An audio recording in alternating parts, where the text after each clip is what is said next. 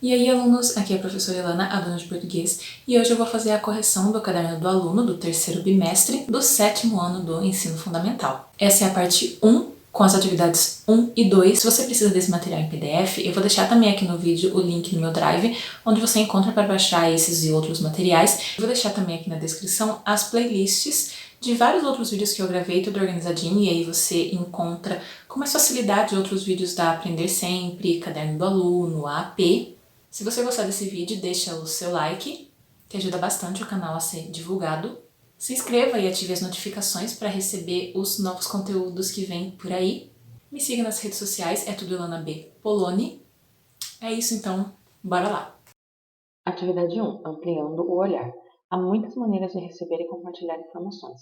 Ao nos depararmos com uma notícia, imagem ou obra de arte, uma infinidade de conhecimentos são acionados para que possamos perceber e analisar como as relações humanas ocorrem. Um olhar atento sobre o texto, sabendo verificar o que ele nos traz de forma explícita e também de forma implícita, é fundamental nesse processo. Isso nos permite, por exemplo, comparar informações sobre um mesmo fato divulgadas em diferentes veículos e mídias, analisando e avaliando sua veracidade. Texto 1. Jornal acontece aqui. Sob a ótica do olhar. Mostra Olhar São Paulo será inaugurada em fevereiro. A Mostra Olhar São Paulo, que entrará em cartaz no final de fevereiro no Espaço Cultural M. Boig, na região da Zona Leste de São Paulo, tem o objetivo de enfatizar, sob a ótica de diversos artistas, a capital paulista. São fotos que retratam pessoas, lugares, movimento, a cidade esfuziante. Algumas criam interessantes ilusões de ótica, que nos permitem sonhar. Essa é a descrição da curadora da mostra, Joana Ferreira, doutora em audiovisual pela USP, uma apaixonada pela arte da fotografia. São Paulo, uma selva de pedra, aparece muitas vezes de forma crua, outras de forma romantizada, com todo o seu esplendor. Mas, para além da mostra, serão realizados debates e fóruns para a apresentação de técnicas inovadoras relacionadas à fotografia. Uma delas diz respeito a uma tecnologia ótica, capaz de fotografar objetos no vácuo em gravidade zero. É uma excelente oportunidade de encontro entre os apaixonados por fotografia e também para que os profissionais da área tenham acesso às novas tecnologias a serem desenvolvidas, diz o professor de física Marcelo Pereira, apaixonado por fotografia e atento às inovações da área. Fotografia me encanta. A forma como ela pode nos tocar, despertar emoções e sentimentos. Sempre me emociono quando falo isso. E olha só, até embacei os óculos. Aliás, preciso procurar uma ótica para trocar as lentes. Quando a mostra começar, quero poder enxergar tudo direitinho, diz a professora Cíntia Novaes, com os olhos marejados. Filha dela, morta recentemente em um acidente de trânsito, é uma das fotógrafas homenageadas na exposição. Uma das inovações da mostra, que ficará em cartaz até julho, é a sessão imersiva, na qual algumas fotografias foram reproduzidas em 3D, permitindo que os visitantes experimentem a sensação de estar dentro do registro fotográfico feito pelo autor da obra. Bora conferir? Para visitar a mostra, que se chama Olhar São Paulo, basta ir ao Espaço Cultural em Boix, na leste de São Paulo, de terça a domingo, das 9 às 8, entre 27 de fevereiro e 12 de julho. Leia o texto para responder as questões. 1. No texto, a palavra ótica aparece enumerada 4 vezes. Retome a leitura. Levante hipóteses sobre os significados e enumere os trechos nos quais ela aparece com o sentido de. Então, aqui tem 4 sentidos possíveis para a palavra ótica. No texto, ela apareceu, em negrito algumas vezes e com um número ali do lado. Então, ele quer que a gente faça associação do sentido que ela apareceu nesses 4 trechos. Vamos lá. Então, aqui o primeiro trecho que ela aparece, está descrito sob a ótica de diversos artistas, ou seja, sob o ponto de vista, sob a perspectiva desses artistas. Depois, o segundo trecho fala sobre ilusões de ótica, que são muitas vezes aqueles efeitos que a gente vê que faz com que a gente veja uma coisa, pense que é outra, enfim, é no sentido de ilusão mesmo, criada ali nos olhos da gente. No terceiro, ele fala sobre tecnologia ótica. Então, aí é como se fosse um objeto tecnológico. E no quarto, procurar uma ótica para trocar as lentes. Então, a ótica aqui é o lugar, que lida ali com óculos. Então, consequentemente, a sequência aqui ficou 2, 4, 1 e 3. 2. Compare com seus colegas as respostas dadas no exercício 1, a fim de verificar se suas hipóteses se confirmam. Então, aqui a gente passa 3. A palavra ótica pode ainda aparecer em outros contextos. De forma resumida, atribua definições para fibra ótica e leitura ótica. Bom, aqui então eu coloquei os significados, né, com uma legenda para saber qual cor é de cada. Então, de fibra ótica e leitura ótica. 4. Um dos possíveis significados relacionados à palavra ótica está na questão da perspectiva específica de um olhar direcionado. Observe as fotos a seguir. Quais significados você poderia atribuir a elas? E o de baixo, o que cada uma delas enfatiza? Então, daí aqui, quando a gente desce, a gente vê que tem a foto e um quadro ao lado para responder. A gente vai responder esses dois tópicos, né, de uma forma só, né, de uma forma única. Bom, então aqui na primeira imagem a gente tem ali um cenário ali urbano, né, e um homem descendo as escadas com um guarda-chuva, se protegendo de uma chuva, que a gente vê que é fraca, não é muito forte, né, senão a imagem estaria ali mais embaçada. E a gente vê pichado ali em um muro um poema que diz: "Eu amo viver, que esse poema não me deixe esquecer". E esse poema está ali destacado em azul, assim como a camiseta e o guarda-chuva do homem. Em compensação, as outras coisas estão ali em tons de preto e branco, né? E aparentemente a chuva meio que desbotou, discorreu um pouco, né? O que está aqui na última linha do poema. E dá a sensação de que esse homem está ali simbolizando, né, a própria vida ali em ação. E assim, de uma maneira geral, daí eu resumi tudo isso que eu falei aqui nesse textinho, tá? Então vocês podem colocar algo do tipo na resposta de vocês. Aí aqui na 2, a gente tem uma imagem de um local, né, que está alagado depois de chuva muito forte, então a gente vê que o carro ali tá com a água bem alta nele, né? A pessoa tá andando ali com água ali nos joelhos, tal, né? E aí tem o foco, né, nessa pessoa e nesse carro, tal, que estão nesse local alagado. E então aí a gente vê que é uma foto que está representando um lugar com muita água alagado depois de muita chuva, e também o fato de que as pessoas que vivem nesses lugares, que são lugares pobres, precisam continuar, né, tocar as próprias vidas, depois que essas coisas acontecem, precisam dar um jeito e continuar. Aí aqui a gente tem uma cidade também com pessoas ali andando, né? Todas cobertas com guarda-chuva, se protegendo, né? São pessoas que estão ali, cada uma delas está sozinha, né? Cada uma ali está cuidando da própria vida, né? Das suas próprias coisas. São todos guarda-chuvas diferentes, coloridos, outros pretos, tal, mais cinzentos. Mas cada pessoa ali é diferente, com a sua própria vida, com as suas próprias individualidades, com o seu próprio guarda-chuva, seus próprios gostos, né? Suas próprias escolhas. Então, toda a questão do guarda-chuva e tudo mais também sugere tudo isso. 5. Retome as anotações feitas no exercício 4 e compartilhe com seus colegas. Todos têm a mesma perspectiva sobre as fotos? Discutam a respeito das possibilidades elencadas por vocês. Então aqui, né, como a gente está em período de aula online, né, depende de se o professor querer adaptar isso ou não. 6. É possível atribuir um só tema para as 3 imagens? Por quê? Bom, a gente poderia colocar a chuva como um tema para as 3 imagens, porque todas elas, de alguma maneira, tinham a chuva ali como um elemento, um dos elementos, né, que apareciam na imagem. 7. É possível relacionar as imagens à foto escolhida para ilustrar o texto 1? Então, aqui a imagem, no caso do texto 1, é essa, né? Então, sim, a gente poderia associar essa imagem do texto 1 com as outras 3 imagens que estão abaixo, justamente pela questão ali do guarda-chuva, da possibilidade de chuva e tudo mais. 8. Uma mesma imagem ou texto pode ter diferentes significações, assim como as palavras. Observe os depoimentos a seguir.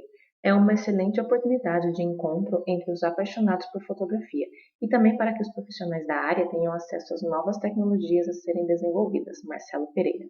Fotografia me encanta. A forma como ela pode nos tocar, despertar emoções e sentimentos. Sempre me emociono quando falo disso. E olha só, até embacei os óculos. Aliás, preciso procurar uma ótica para trocar as lentes. Quando a mostra começar, quero poder enxergar tudo direitinho. Cintia Novaes. Os dois depoimentos tratam do mesmo evento, a Mostra Olhar São Paulo. O que os diferencia Quais as expectativas de cada um dos autores dos depoimentos?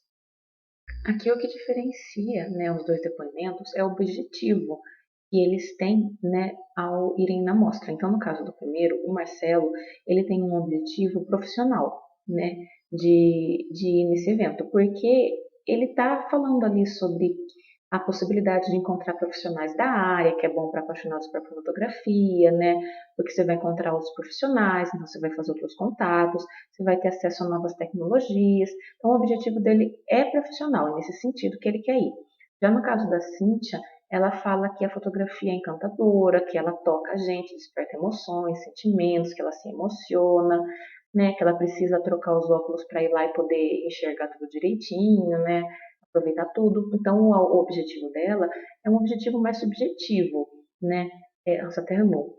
O objetivo dela é de ir lá para aproveitar, para curtir, para, sabe, para ter essa vivência mesmo, né, mais subjetiva, de aproveitar e de vivenciar as emoções que a fotografia oferece. Então, não é um objetivo profissional dela, é bem assim voltado assim mesmo em aproveitar realmente o que a fotografia pode oferecer. Atividade 2: Olhares sobre a mídia digital.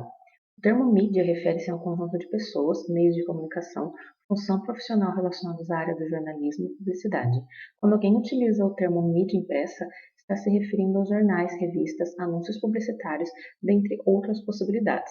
Já a mídia digital refere-se a todos esses recursos, mas que circulam em formato eletrônico. Com o avanço da internet e a facilitação do acesso aos celulares com aplicativos dos mais variados, a mídia digital tornou-se ferramenta imprescindível para a circulação de informações. No entanto, é bom salientar que a facilidade tem seu lado negativo, porque facilita o compartilhamento de fake news. Além disso, a ampla concorrência, uma vez que o usuário tem liberdade para escolher qual forma terá acesso à informação, faz com que, na busca por público, likes ou views, muitas formas degradantes de tratar um assunto sejam utilizadas. Antes de efetuar a leitura do texto a seguir, reflita: o que são likes e views? As pessoas são mesmo capazes de tudo para consegui-los? Aqui no caso, os likes seriam as curtidas e as views seriam as visualizações. Então, na primeira parte da pergunta. Já na segunda parte, sim, as pessoas são de fato capazes de tudo para consegui-los. Tem gente que morre assim tentando tirar foto, tentando tirar selfie em um lugar assim radical, tal, se excedendo, justamente para se tornar ali uma celebridade e, enfim, conseguir muitas curtidas ou visualizações em vídeos, né? Muitos compartilhamentos, enfim. B. Você participa ou participaria de alguma rede social? Se participa, justifique. Essa é uma questão pessoal. C. O que sugere a expressão mídia nebulosa? Uma coisa nebulosa é uma coisa ali cheia de neblina, cheia de com esse empecilho que não dá para a gente ver muito bem o que tem ali, né? Então, quando fala em mídia nebulosa, significa uma mídia que está ali meio suspeita, que você não consegue ver muito bem o que está ali, não consegue decifrar, não é muito confiável nesse sentido. D. É possível um meio de comunicação ser nebuloso? Sim, a gente tem meios de comunicações, mídias aí no caso, que são nebulosas, que são mídias que a gente realmente não pode muito bem ver o que tem ali, não consegue enxergar muito bem o que tem ali. É uma coisa ali meio envolta em neblina e você não consegue ter muita certeza das informações que estão passadas, se você pode confiar ou não. 2. Agora leia o texto a seguir. Texto 2. O desastre de Brumadinho e a mídia nebulosa. O município de Brumadinho fica próximo à antiga vila de Brumado Velho, nome que o local recebeu devido à grande incidência de brumas, pelo período da manhã. A palavra bruma, para quem desconhece, significa nevoeiro, nebulosidade. Nebulosas também são as razões que acabaram provocando a catástrofe na cidade que tomou conta das redes sociais em janeiro de 2019, mobilizando debates, discussões, solidariedade e questionamentos, alguns desses envolvendo a cobertura desastrosa que muitos meios de comunicação fizeram. É notório que grandes catástrofes têm o poder de mobilizar audiências. Em tempos de internet e circulação rápida de notícias, tornam-se assunto corriqueiro, viralizando imagens e dados com grande velocidade. Isso provoca, naqueles que possuem o poder de veicular as informações, uma corrida para entrevistar sobreviventes, buscar as imagens com os ângulos mais inusitados na tentativa de colocar-se à frente da concorrência. Na ânsia de buscar informações novas e alcançar notoriedade na cobertura, muitos repórteres deixam-se levar pela exploração da dor humana sem se preocupar, efetivamente, com o mínimo respeito pelo entrevistado. Perguntas que exaltam a intensidade de emoções que o outro está vivenciando, como, por exemplo, o que significa o desaparecimento de um ente querido, ou ainda se é difícil conter as lágrimas diante da confirmação de uma morte, demonstram um claro despreparo para lidar com questões sensíveis em situações de crise. A imprensa precisa cumprir seu papel de levar a informação do modo mais claro e isento possível. Os limites éticos precisam ser respeitados no que se refere ao trato com o sofrimento alheio.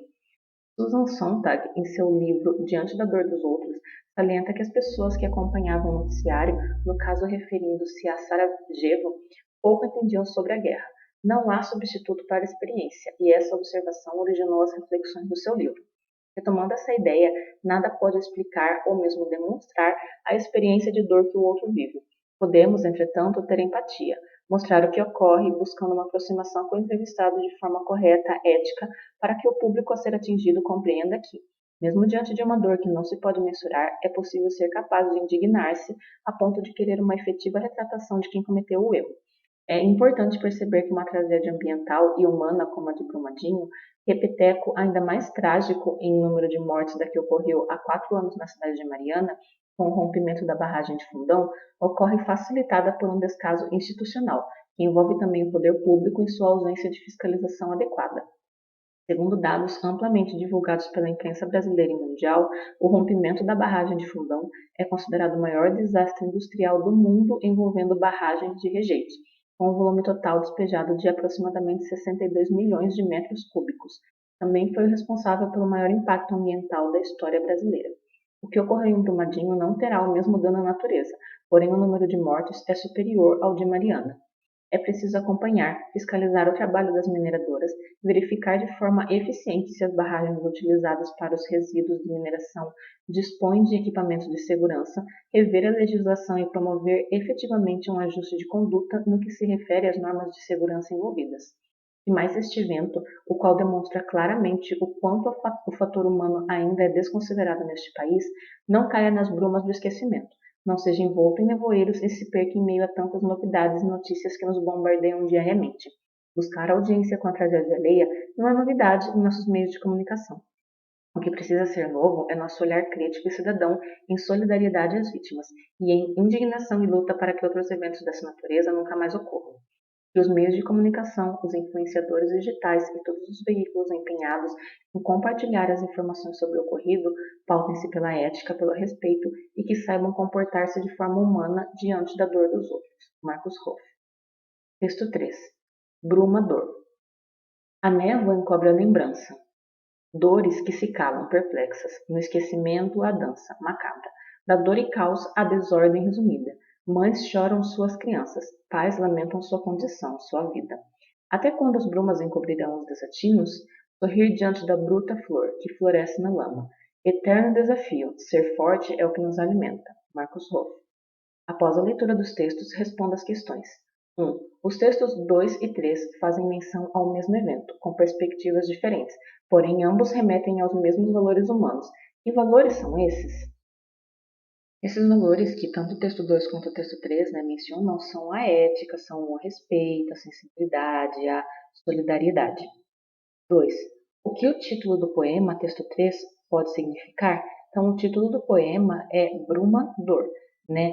Então, ele está fazendo ali uma mistura da palavra Brumadinho, que é o nome da cidade, com dor. E aí está sugerindo, né, toda a dor que foi sentida pela população, né, desse local e também pelos animais, pela natureza, por conta dessa tragédia que na realidade foi um crime ambiental. 3. O texto 2 faz uma crítica à maneira como alguns veículos de comunicação trataram a tragédia ocorrida em Brumadinho. E crítica essa? A crítica que é feita é a maneira cruel como muitos meios de comunicação usam para conseguir informação, para conseguir imagens e etc., para conseguir informação realmente sobre a tragédia ali que aquele povo está vivendo. Então, é assim, a maneira cruel que eles usam para fazer isso, que não respeita o sentimento das pessoas, né? Então, é a falta ali de solidariedade, de ética, de respeito deles, assim, com essas pessoas que estão vivendo esse momento. 4. Preencha o quadro a seguir com informações referentes ao texto 2. Então, aqui, preenchendo o quadro, a gente tem o título, o que aconteceu, que foi o rompimento da barragem, as entrevistas desumanas, onde aconteceu, que foi na cidade de Brumadinho, com quem, com os moradores da cidade, como, né, foi com o rompimento da barragem, por quê? Por causa do descuido das empresas responsáveis e também do poder público, né, conforme o texto fala. Quem são os envolvidos? As empresas de minérios moradores de cidade e quando ocorreu em 2019.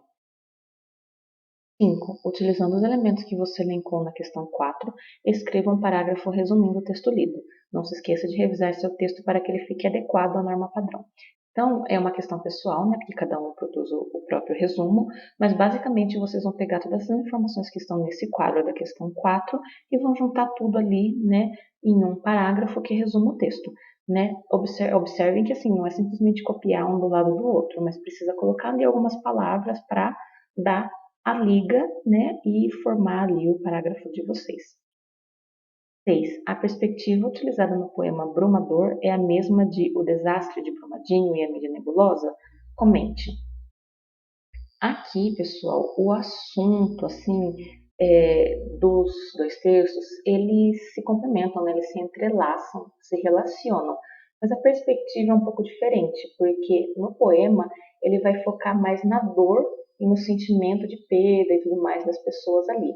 Já no texto, né, O Desastre de Brumadinho e a Mídia Nebulosa, ele vai falar mais da questão de como a mídia não tem escrúpulo, né, e não tem cuidado, não tem respeito na hora de lidar com essas tragédias. Então, assim, tem uma diferença de foco, de perspectiva com a qual ele aborda o assunto, né, nos dois textos.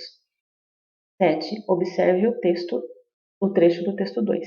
E mais este evento, o qual demonstra claramente o quanto o fator humano ainda é desconsiderado neste país, não caia nas brumas do esquecimento, não seja envolto em nevoeiros e se perca em meio a tantas novidades e notícias que nos bombardeiam diariamente. Buscar audiência com a tragédia alheia não é novidade em nossos meios de comunicação. O que precisa ser novo é nosso olhar crítico e cidadão em solidariedade às vítimas e em indignação e luta para que outros eventos dessa natureza nunca mais ocorram. É possível relacioná-lo ao texto 3? De que forma? Há uma relação de diálogo entre eles? Justifique sua resposta. Aqui, pessoal, é possível sim relacionar esse trecho do texto 2 com o texto 3, né? Então, dá para relacionar, tem um diálogo sim entre eles, e aí a gente vai ver como agora. Então, quando a gente destaca aqui, por exemplo, nessa passagem em que ele fala das brumas do esquecimento, né, que tem relação aí com a palavra Brumadinho, não seja envolto em nevoeiros, não se perca em meio a tantas novidades e notícias que nos bombardeiam claramente, a gente vai encontrar, então, que parte esse pedacinho aqui pode se relacionar ali com o poema. Então, a gente vê, por exemplo, aqui no poema, né, que ele chama de bruma, dor. Então, ele fala também novamente dentro do poema das brumas, né? Então, tem toda essa associação que ele faz, né, dos sentimentos, etc., com a questão das brumas, ali do nevoeiro, etc. Né? Então, a gente pode também destacar essa passagem. 8. Releia o trecho. Segundo dados amplamente divulgados pela imprensa brasileira e mundial, o rompimento da barragem de Fundão é considerado o maior desastre industrial do mundo envolvendo barragens de rejeitos, com um volume total despejado de aproximadamente 62 milhões de metros cúbicos. Também foi o responsável pelo maior impacto ambiental da história brasileira. O que ocorreu em Brumadinho não terá o mesmo dano à natureza, porém o número de mortos é superior ao de Mariana. No trecho, o autor não cita as fontes que utilizou para embasar seu argumento. Cheque se realmente a informação é procedente. Sua pesquisa deve ter como foco desastres industriais envolvendo barragens de rejeitos. Aqui, pessoal, vocês precisam fazer pesquisa, pode ser no Google, sobre desastres industriais envolvendo barragens de rejeitos. Né? Então, vocês podem pesquisar especificamente sobre a de Mariana, podem pesquisar sobre a de Brumadinho, podem pesquisar sobre outra que tenha ocorrido, né? Mas é essa pesquisa que vocês têm que fazer, né, com o objetivo de entender se o que ele está falando aqui faz sentido ou não. 9. Após a pesquisa realizada na questão 8, produza um parágrafo utilizando os dados que você checou, citando corretamente as fontes. Não se esqueça de revisar seu texto para que ele fique adequado à norma padrão. Então, aqui ele quer que vocês peguem a pesquisa que vocês fizeram na questão 8 e utilizem ela para fazer um parágrafo explicando as informações que você checou, né? Mas tem que citar as fontes, então tem que colocar, por exemplo, segundo fulano de tal, autor do texto tal, ou então autor da pesquisa tal, e aí vocês vão colocar, né? Houve um tal desastre, tantas mortes, tanta perda e etc.